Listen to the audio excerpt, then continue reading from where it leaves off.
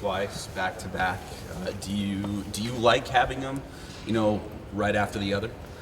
Um, I don't particularly like having to play Oregon State twice in a row. I think it's really hard to beat any team twice in a row, back to back, but I think we're all looking forward to the challenge. I know none of us here have ever beaten Oregon State, so we're excited and ready. What would that mean to you to beat the Beavers before you graduate? It would mean a lot to me to beat the Beavers this last go around before I graduate. Like I said, none of us that have been here since I've been here, it's my 5th year, have ever beaten Oregon State, so this is huge for us.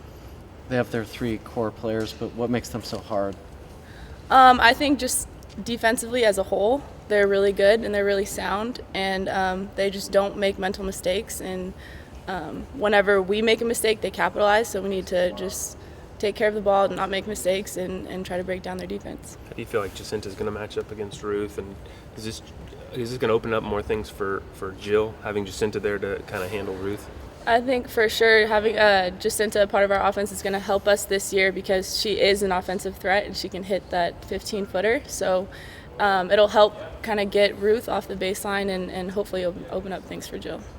With Maite running point, you playing off the ball a lot more. How much pressure is that taking off you this year for this team?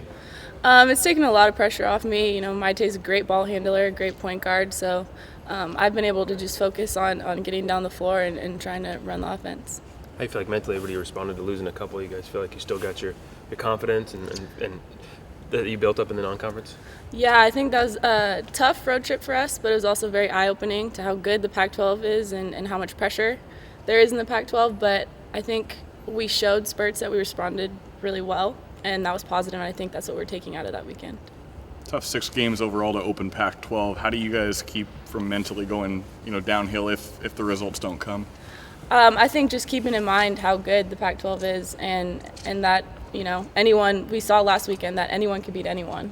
So just trying to keep in mind that the Pac-12 is really good, and if we lose, it's okay. We can get the next one.